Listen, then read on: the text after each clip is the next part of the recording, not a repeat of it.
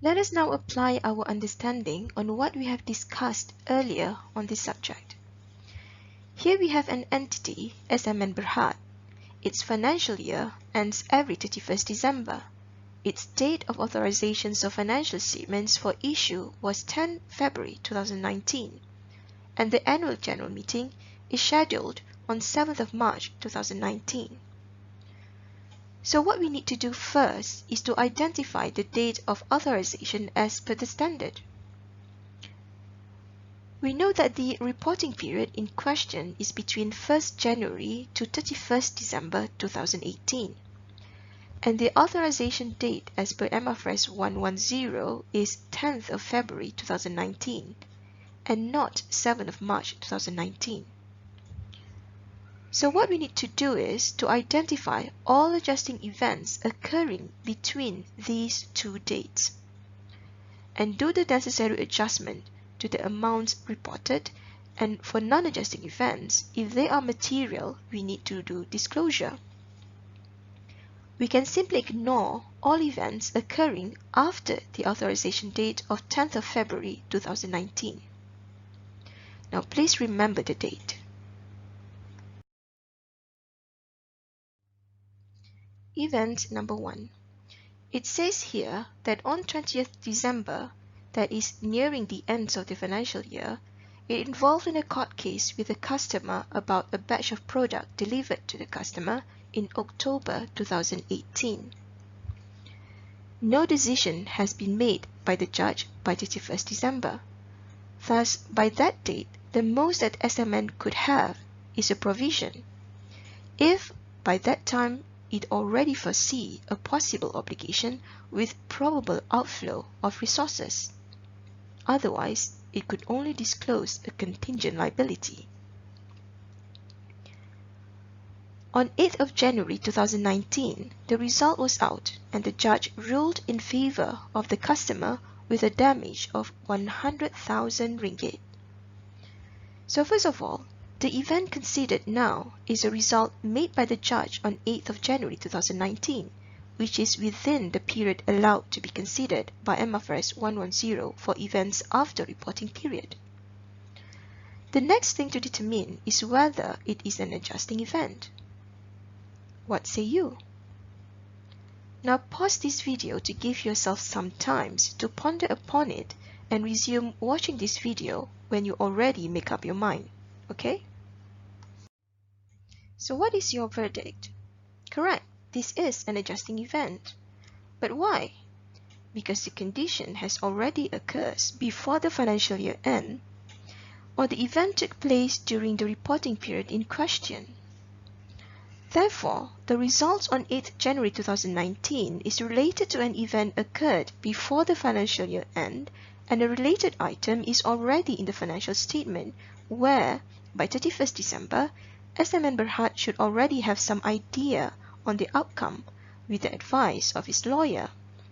And it should already, at least, has a disclosure of contingent liability, if not a provision. What it needs to do is to adjust the provision. At least now we know that the amount will be 100,000 ringgit, and if the company has not recognized the provision, it can now recognize a new provision by that amount. We will have few more examples, and I want you to do the same thing. Pause the video to think about the event and resume watching the video once you have made a decision on each event. Okay? Let's continue. Event number 2. SMN Bhd has an investment worth 1 million ringgit in its financial statements at 31st December 2018. Due to the continuing recession, the investment reduced in value to 900,000 by 15th January 2019. So here, we note that the investment has occurred by the end of the reporting period.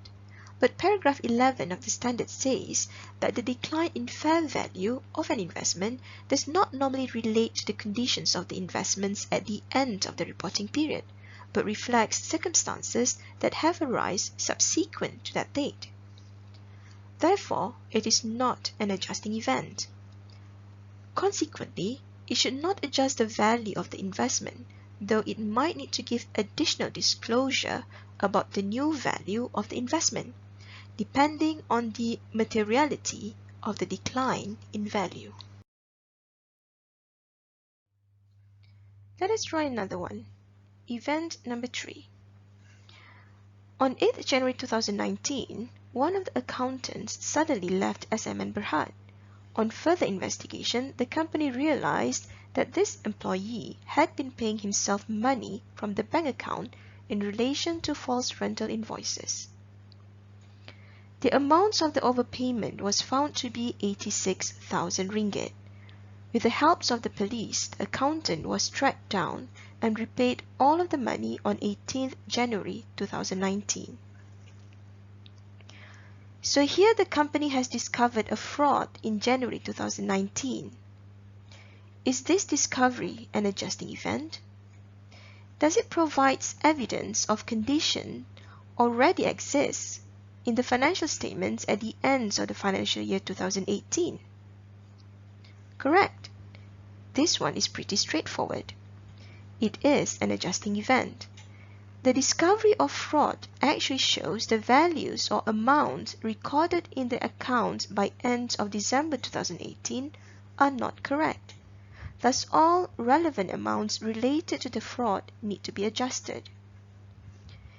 Even if the money was not recovered, the actual amount in the related accounts should still be reported, and the company should recognize additional loss due to the fraud. Specifically, the rental expenses and the bank balance should be corrected to accurately reflect the correct balances at the year end. Event number 4. On 10th January 2019, SMN Bhd sold some inventory for 80,000 ringgit. This inventory had been included in the year-end inventory account at cost of 100,000 ringgit. For this event, the inventory item has already been recorded at the end of the financial year. What this event gives is just the confirmation of its value. Therefore, it is an adjusting event. Another straightforward example. What happened is, at the end of December 2018, just like at every financial year end, we need to measure our inventory at the lower of cost and NRV. Now, the inventory was recorded at its cost of 100,000 ringgit, indicating that as at 31st December 2018, the NRV was expected to be higher than 100,000 ringgit. Thus, it shows the cost value. However, when the batch was sold, it was realized that the actual NRV was only 80,000 ringgit. Thus, this fact must be reflected in the financial statement for the financial year 2018. Are you up for more events? Let's do it. Event number 5.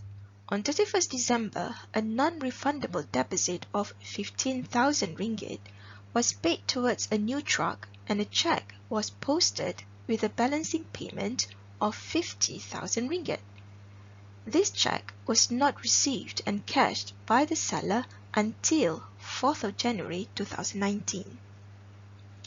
What happened here is that on 31st December, the company paid a deposit of 15,000 ringgit, and the balance in check was posted, but it did not reach the seller earlier than 4th January. Therefore, only then that the seller cashed the check, and thus reducing the balance in the bank by another 50,000 ringgit. So, not until January 4th that the company could record the full amounts of the costs of the truck purchased at the end of the reporting period. So this is an adjusting event. It can be finally recorded as having bought the truck for 65,000 ringgit.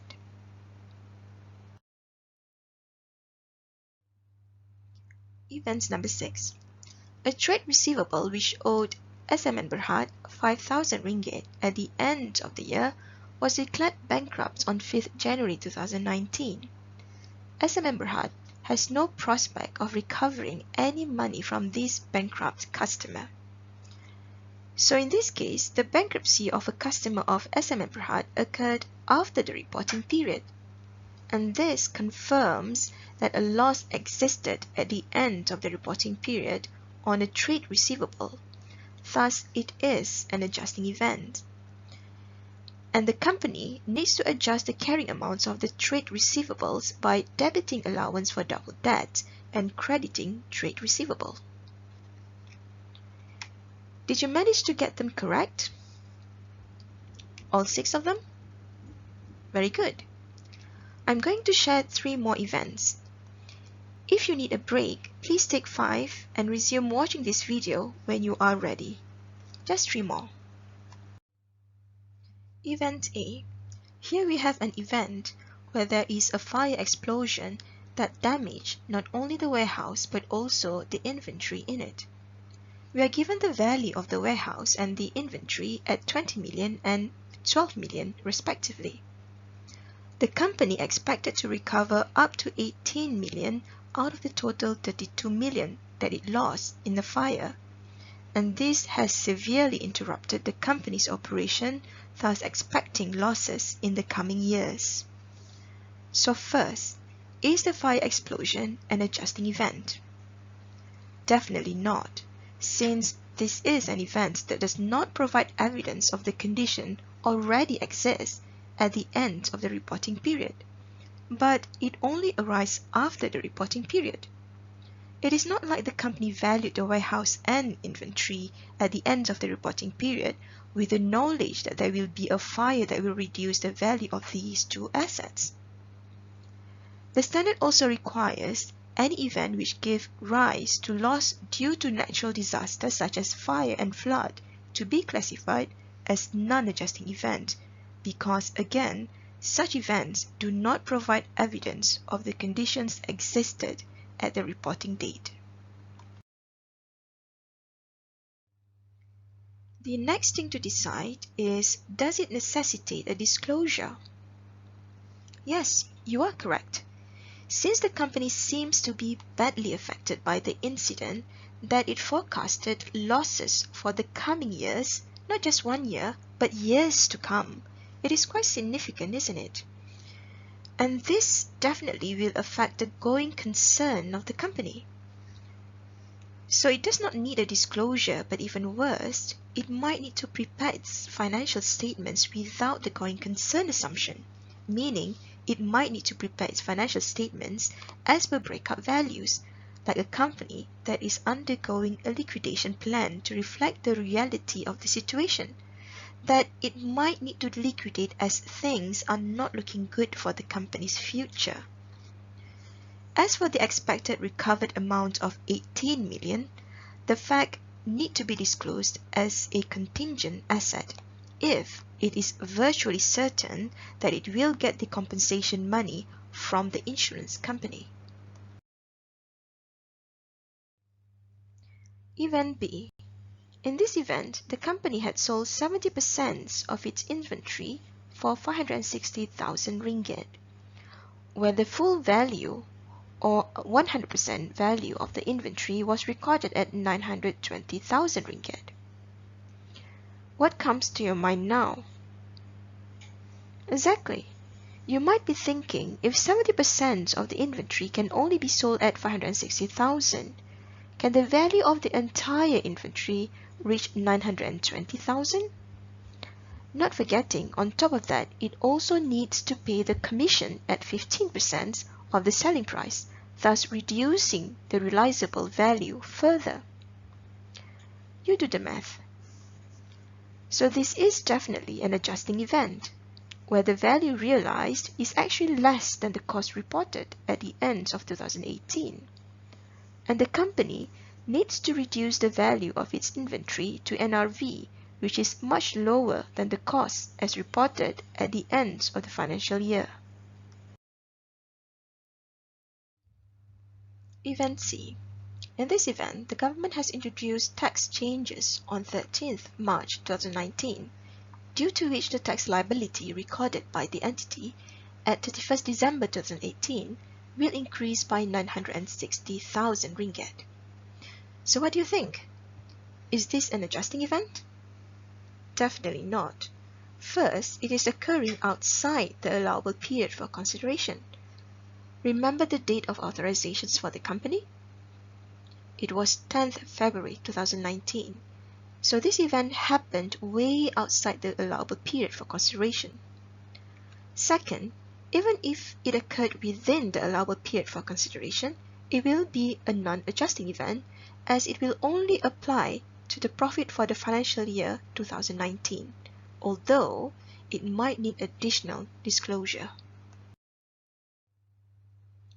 So that is all about MFRS 110, events after reporting period. In our next discussion, we will be talking about repurchase of own shares and redemptions of redeemable preference shares by an entity. For this, we will need to look at MFRS 132 as well as the Company Act 2016. Thank you very much for your attention. Please replay this video if you think you missed anything. And until then, wassalamualaikum warahmatullahi wabarakatuh.